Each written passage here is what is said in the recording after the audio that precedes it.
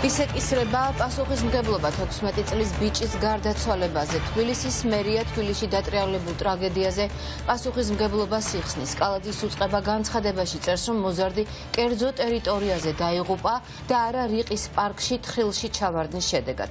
უმძიმესი ფაქტი შაბათს მოხდა. ადგილზე, სადაც ტრაგედია დატრიალდა, გამაფრთხილებელი ნიშნები და უსაფრთხოების ზომები არ იყო.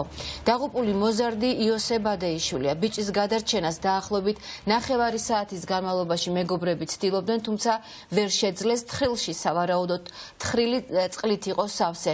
შინაგან საქმეთა სამინისტრომ მომხდარზე გამოძიება თვითმკვლელობამდე მიყლანის მუხლით დაიწყო.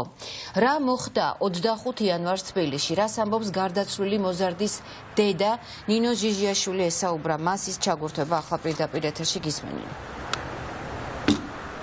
ქეთი როგორც 16 წლის იოსებ ადეიშვილის დედა ჩვენთან საუბარში ყვება, მისი შვილი მუსიკის გაკვეთილიდან მიდიოდა მეგობართან, თანატოლებთან ერთად, რადგანაც მათ გაიარეს რიყის პარკის ტერიტორია, სწორედ ამ ტერიტორიაზე მოხდა ეს ტრაგიკული შემთხვევა. ოჯახი გვიკონტროლებს ადგილსაც, ისინი ამბობენ, რომ დოქების ნაგებობის უკან მოხდა ეს შემთხვევა.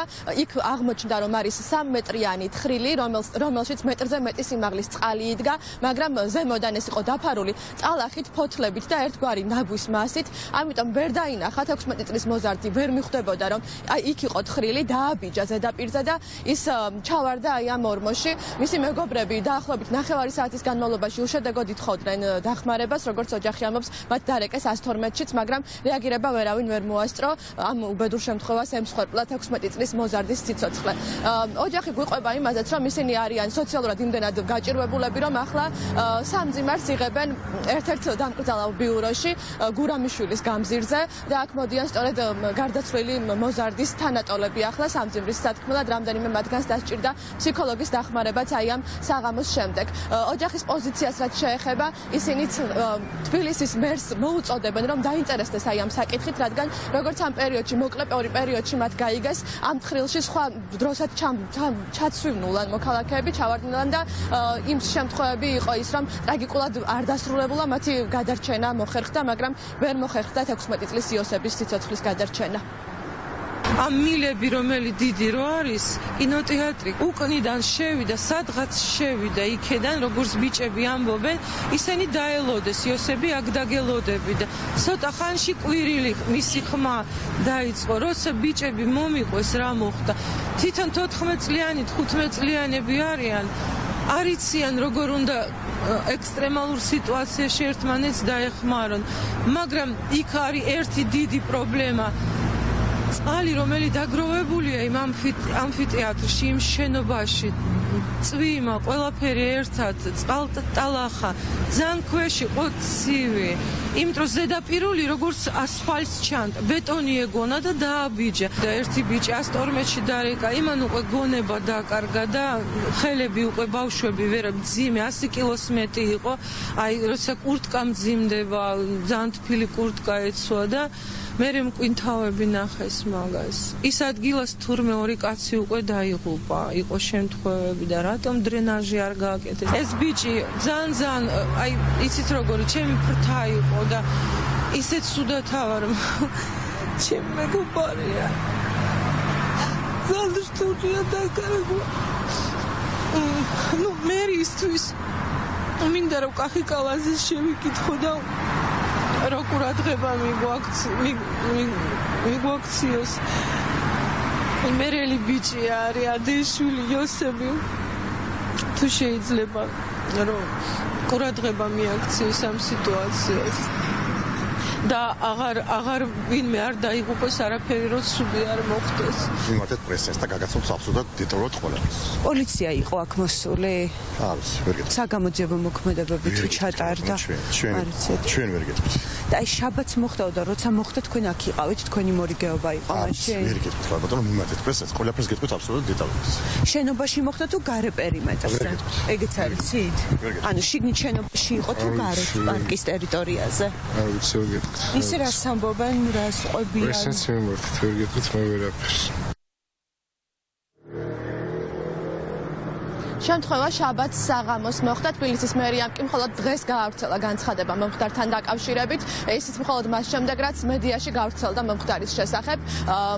თბილისის მერია წერს, რომ ისინი ფაქტობრივად იხსნიან პასუხისმგებლობას და განცხადებაში წერია, რომ ეს ტრაგიკული შემთხვევა მოხდა კერძო ტერიტორიაზე. ეს კერძო ტერიტორია კი, როგორც უკვე გითხარით, არის დოქების ცნობილი შენობა, რომელიც ცარიელი და უფუნქციოა წლების განმავლობაში. თქვენ იცით, რომ წლების განმავლობაში იყო არაერთი ინიციატივა, მათ შორის მეღვინეები ითხოვდნენ, რომ გახსნილიყო ღვინის მუზეუმი, ჰქონდათ ხელოვანებს და ფოტოგრაფებსაც არაერთი ინიციატივა, მაგრამ თბილისის მერიამ ეკონომიკის სამინისტროზე ირიცხებოდა ეს შენობა და არ დაუთმო ის არც ხელოვანებს, არც მეღვინეებს. მოგვიანებით ის მეათედ ფასად იყიდა ქართულ ოცნებასთან დაახლოებულმა პირმა დავით ხიდაშელმა.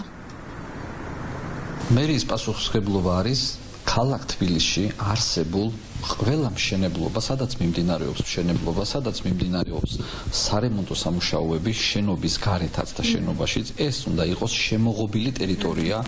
ამას უნდა აკონტროლებს მუნიციპალური ინსპექცია და მუნიციპალური ინსპექცია, როდესაც შეამჩნევს, რომ არის დარღვევა, არ არის სამშენებლო ღობე, არ არის მართლებელი ნიშნები და ირღვევა შრომის უსაფრთხოების ნორმები, უნდა შეატყობინოს შრომის უსაფრთხოების ინსპექციას, რომელიც არის ჯანდაცვის სამინისტროს დაქვემდებარების ქვეშ. აი ამ ნაწილში არის მერიის პასუხისმგებლობა, რომ მუნიციპალური ინსპექცია ვერ ახორციელებს ან არ ახორციელებს მასზე დაკისრებულ მოვალეობებს. საზოგადოებას ძალიან კარგად ახსოვს ვაკის პარკის ტრაგედია. მაშინ ქართული ოცნება აპელირებდა იმაზე, რომ ამ უმძიმესი შემთხვევის პოლიტიკური მიზნებით გამოყენება არ უნდა მომხდარიყო და ჩვენ ჩუმად უნდა ვყოფილიყავით ამ ტრაგედიის შემყურე, მაგრამ მას შემდეგ ვხედავთ, რომ ეს ტრაგედიები არ წყდება და მათ შორის ეს ბოლო ტრაგედია, რომელიც საჯარო სივრცეში მოხდა რიყის პარკში, რომელმაც 16 წლის ახალგაზრდა ბიჭის სიცოცხლე იმსხვერპლა, არის რა თქმა უნდა ამ ძალიან სახიფათო საჯარო სივრცეების გამო, რომლის პასუხისმგებლობაც რასაკვირველია ეკისრება ადგილობრივ ხელისუფლებას, რომელმაც უნდა იზრუნოს იმაზე, რომ ჩვენი საჯარო სივრცეები იყოს უსაფრთხო და მშობლებს არ ეშინოდეთ იქ ბავშვების გაშვება. როდესაც საუბრობთ კალაძეზე და მის მერიის სისტემაზე, მივეჩვიეთ, რომ ეს არის არაფრის მაქნისი უსაქმურების სისტემა, თუმცა მათგანაც კი გასაკვირია ასეთი უზნეო გაქცევა პასუხისმგებლობისგან, როდესაც საუბრობთ კერძო მესაკუთრეზე, იქვე უნდა ეთქვათ, რომ ეს კერძო მესაკუთრე არის საინვესტიციო ვალდებულებების მქონე მათი რუსი მეგობარი დავით ხიდაშელი, გარეჯი საქართველოს შემოქმედი ადამიანი, რომელსაც დღეს აქ უკვე ფუნქციონირებადი ობიექტი უნდა ჰქონდეს გახსნილი და თუ კი ობიექტი მიტოვებულია, ან მშენებარია, მაშინ რატომ არ არის სამშენებლო ღობე და რას აკეთებს ზედამხედველობის სამსახური, ან რას აკეთებს მერიის უსაფრთხოების თანამშრომლები, რომლებიც ჭყალებს შევიტყოდი იცავენ პარკებს და იქ არსებული ქონების უსაფრთხოებას, რატომ ვერ შეამჩნიეს თუ იქ თხრილი იყო მით უმეტეს ადამიანის სიცოცხლისთვის საშიში. აი ასე იქცევა უზნეო სისტემა, როდესაც მთლიანად მოშლილია.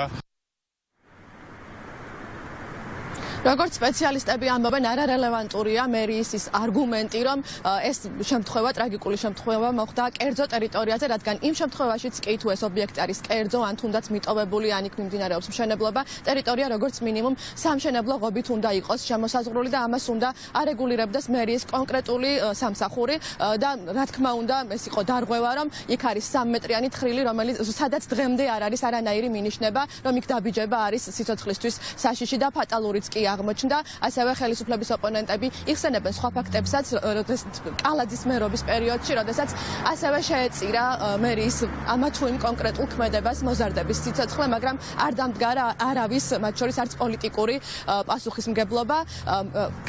რაც შეეხება გამოძიებას, საქმე აღძრულია თვითმკვლელობამდე მიყვანის მუხლით. მადლობა.